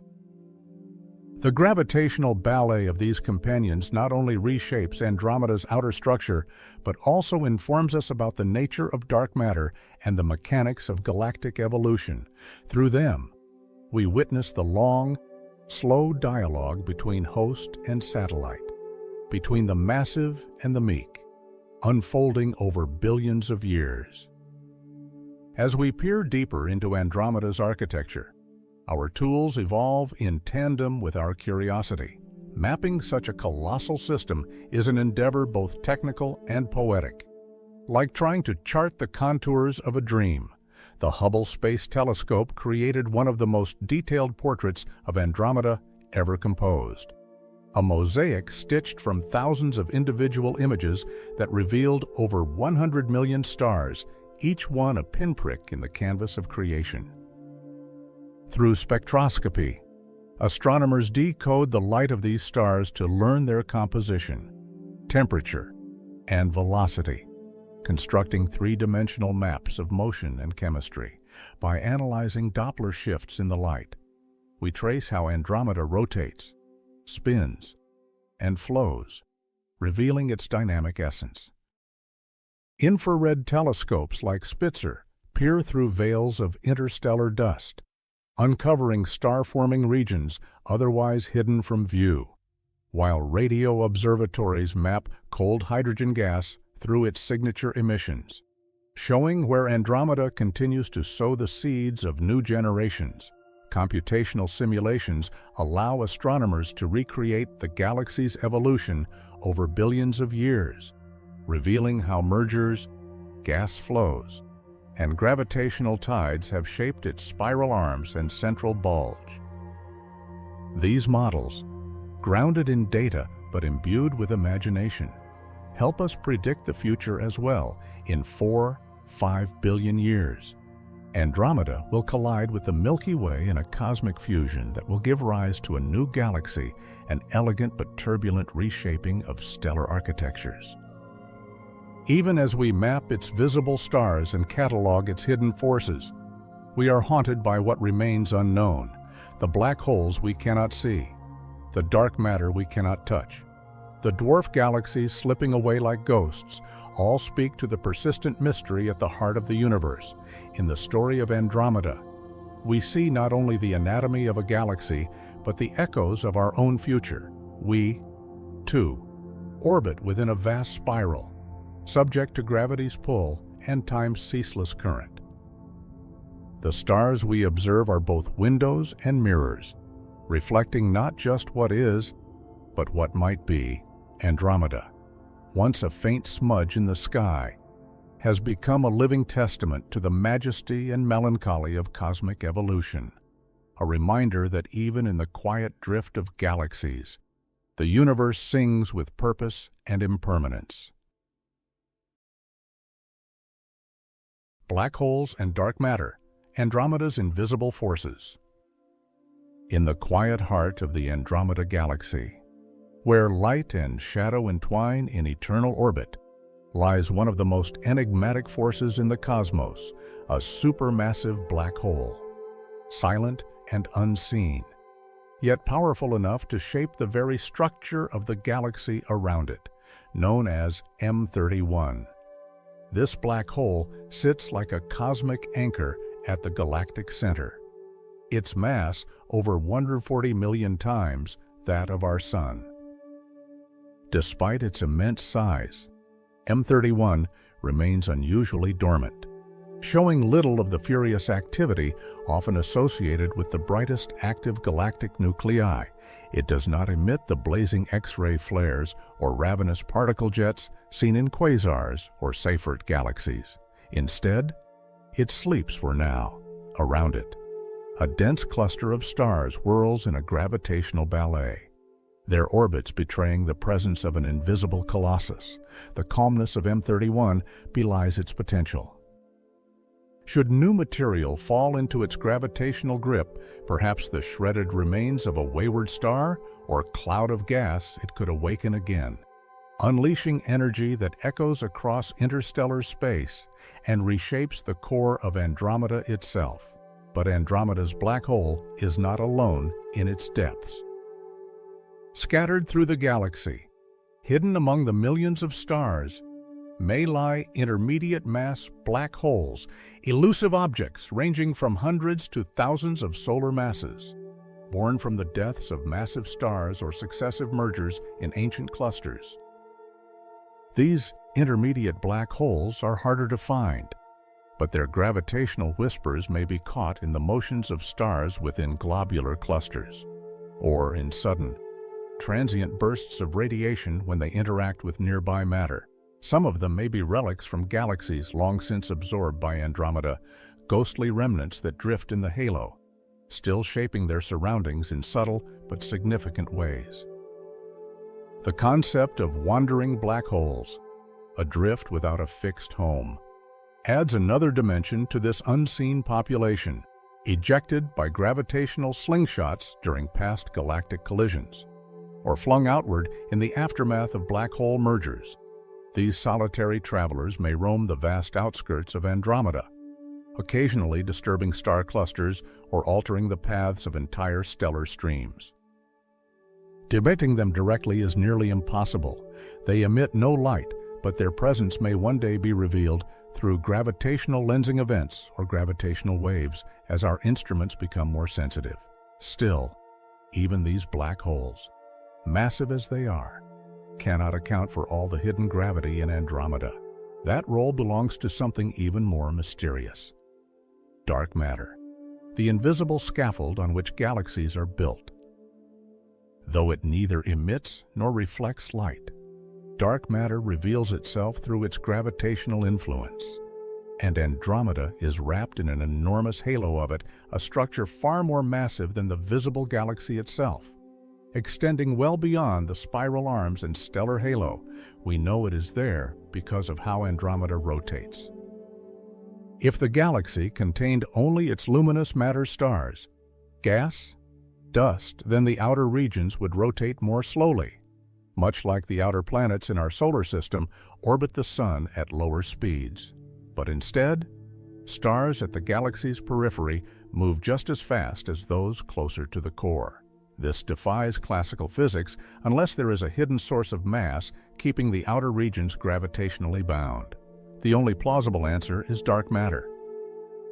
By mapping the rotation curves of stars and gas, and by observing how light from background galaxies bends as it passes through Andromeda's halo, a technique called gravitational lensing, astronomers have slowly pieced together the dark silhouette of this cosmic phantom. What emerges is a clumpy, irregular halo of enormous extent, shaping the behavior of satellite galaxies, bending starlight, and determining the very fate of the local group. The dark matter in Andromeda is not uniform. Some regions are denser, perhaps shaped by ancient mergers, by the gravitational tug of companion galaxies, or by substructures that once belonged to galaxies now consumed. Its presence affects the orbits of dwarf galaxies like M32 and M110, and may even dictate the shape of Andromeda's disk and halo, but its influence does not stop there. It reaches beyond, extending tendrils of gravity into the space between galaxies, binding Andromeda and the Milky Way in a slow, inevitable collision. This grand merger, projected to occur in about 4-5 billion years, will be one of the most significant events in the history of both galaxies. The visible interaction stars flung into tidal tails. Gas clouds colliding to form bursts of new stars will be dramatic, but even more profound may be the unseen dance of dark matter and black holes. As Andromeda and the Milky Way spiral toward each other, their dark matter halos will interact first, passing through one another like ghostly veils, gravitationally warping each other, altering trajectories, and guiding the galaxy's final approach. When the galactic disks collide, their central black holes may eventually find each other, orbiting closer and closer in a death spiral that will send ripples of gravity across the universe, a final cosmic heartbeat from the dying days of two great galaxies. The new galaxy formed Milkomeda will not simply be a blend of stars and gas, it will carry the signatures of both progenitors' dark matter halos, now interwoven into a single gravitational structure. How this merger of invisible mass unfolds could reveal whether dark matter interacts only through gravity or if it possesses deeper, unknown properties, a question that remains at the forefront of theoretical physics. Some models predict that self-interacting dark matter could clump, collide, or dissipate differently than standard cold dark matter, leaving distinct fingerprints in the resulting galaxy structure. Others suggest dark matter is made of axions, sterile neutrinos, or yet unknown particles, each with unique implications for Milkomeda's future evolution. And what of the black holes, the central black holes of the Milky Way and Andromeda Sagittarius, A and M31, will likely spiral inward through dynamical friction, eventually merging in a titanic explosion of gravitational waves. The resulting black hole could be tens or hundreds of millions of solar masses, forming the dominant heart of the new galaxy. Meanwhile, the population of intermediate and wandering black holes, stirred by the galactic collision, may migrate toward the center, be ejected into deep space, or settle into new orbits, reshaping the internal dynamics of Milkomeda for billions of years to come. From the tranquil center of Andromeda to the dark tendrils that stretch far into intergalactic space, from quiet black holes waiting to awaken to vast clouds of unseen mass steering the fate of stars. These invisible forces are not just background features, they are the architects of cosmic destiny. We may never see them directly, but their fingerprints are everywhere in the spin of a galaxy, in the motion of a star, in the very structure of the cosmos. To understand Andromeda is to glimpse the hidden skeleton of the universe, the secret framework upon which everything we know is built, and in the silence of its black holes and the whisper of its dark matter, we hear the deep pulse of time itself, echoing across billions of years, shaping not just galaxies, but the story of all existence.